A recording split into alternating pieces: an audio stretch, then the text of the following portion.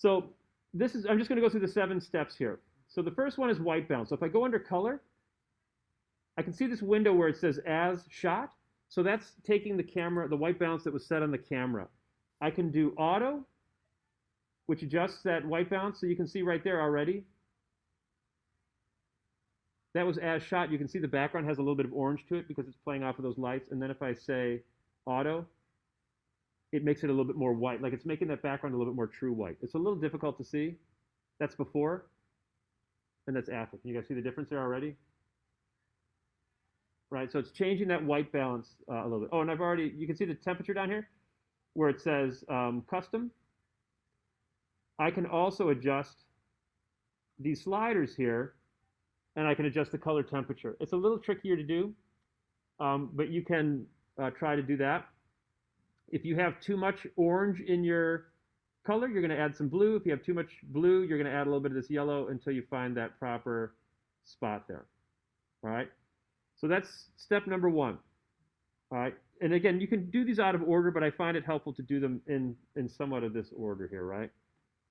All right. The next thing we're going to take a look at is under that light tab. We're going to look for highlights and shadows. So here again, as I'm looking at my picture, I did a pretty good job, but you can see here how these highlights at the top are like they're breaking. You can see the white that's in there, like they're almost too blown out, right? So you can see by bringing that back, I can bring those highlights down a little bit. And again, if there's not a lot left in the picture, you can only do so much with this picture. But I'm going to adjust that highlight so that it's not quite so bright. The next thing I'm going to do is I'm going to look for my shadows, right? This one doesn't have a ton here of bad shadows. But I'm going to try to just mess with this a little bit.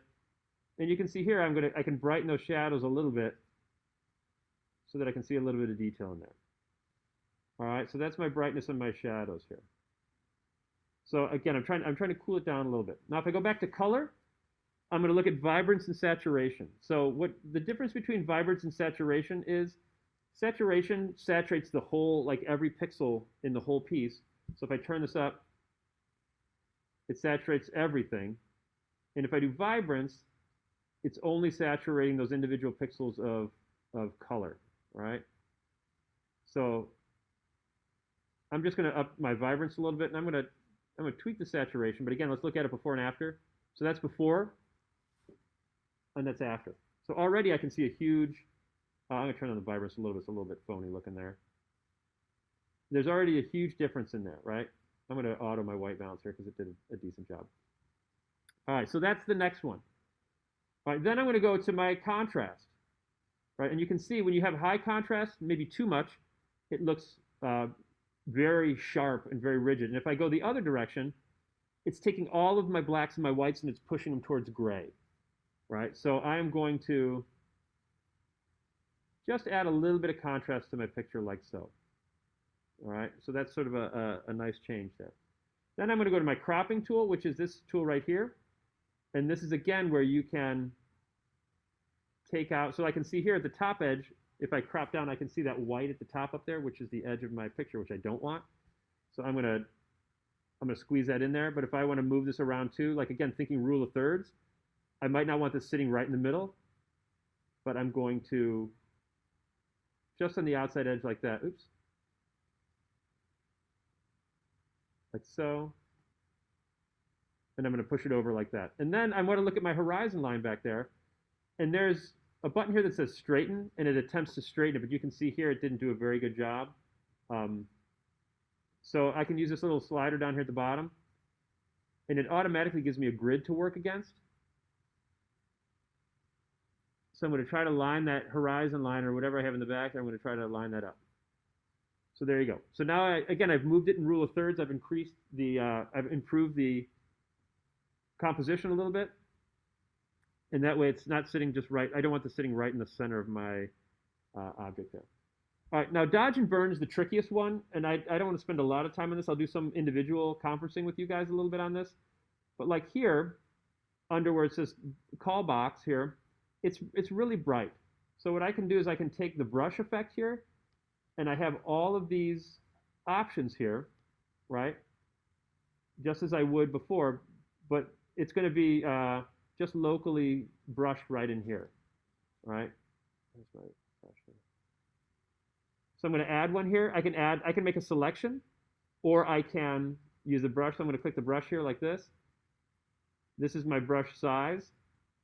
This is the softness of my brush here. And then the transparency of my brush. So let's paint. Right here, I'm just painting this spot right here. And it looks orange, but it's not really orange. It is, it's just the mask, right? So then if I click on this here and I say exposure, see how I can adjust the exposure that one spot? And it's not adjusting the whole thing. So if that part is a little bit too bright, I can bring that down. I can adjust the contrast a little bit. And again, this just takes a little bit of practice. Shadows. And I'm going to bring the shadows down. I don't want to bring the highlights up. I'm going to bring those down a little bit. Just like so. All right, so that is just this little piece right here. Right, and you can add multiple. You can do different ones all over this thing, and you can change the color. You can desaturate. You can do all sorts of different things, whatever you need. There's an eraser here, so I can erase some parts of that if I need to. So that is that. All right, so that's my dodge and burn. And then finally, removing dust is this little Band-Aid. So if I look, and let's say I don't want this little white spot right here. If I use this Band-Aid, here's the size of my healing brush here. So I'm going to do that. Feathering the edges makes it really soft like this, or it makes it hard. So I'm going to do sort of like a medium here, like that. And then opacity is how dense it is. So here's 0 to none. I'm going to say all. And what I'm doing here is I'm just taking, see how it's copying the spot under here? I'm just copying that spot right there. All right, I'm going to, oops, cancel. I'm going to undo that move, and I'm just going to tap that little circle. There we go. So I just tap that circle, and then this is, inside this circle is where it's copying into that piece. So I just tap that circle, and I can select a blue, and I'm going to put it like that. So I'm going to look around here. I see this blue on here. I'm going to tap this. I get rid of that. I'm going to come down here. I'm going to tap this. I get rid of that. It does a pretty good job of matching. I'm going to tap that. It gets rid of that. Just like that. Right, so I'm just sort of getting rid of some of that dust and scratches that I can see. Like here's this spot right here I don't like.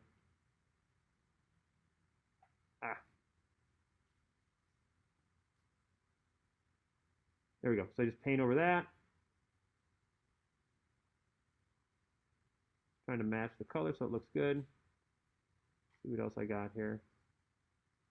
That looks pretty good. And then I just hit done. So there you go. So that is sort of the basics. And I might actually clean this up with that cloning or that healing brush. It's really sort of hot up there. We'll see. So that's what you do, right? So you go through your 7 steps: your white balance, your highlights and shadows, your vibrance and saturation, your contrast, your cropping and straightening. You dodge and burn a little bit if you need to, and then finally you use that last bit to remove any dust that you've got inside of there. Then when you're ready, you just send it out here. We go to share. I can save it to my camera roll if I like, which is fine. I'm going to say maximum available, and it was sent out to my photo album. Otherwise, it's just going to sit here in my, what do you call it, in my camera roll here for Lightroom until I call it out, right? And again, I can hold my finger on here. So that's before, and that's after. Right, looks much better, right?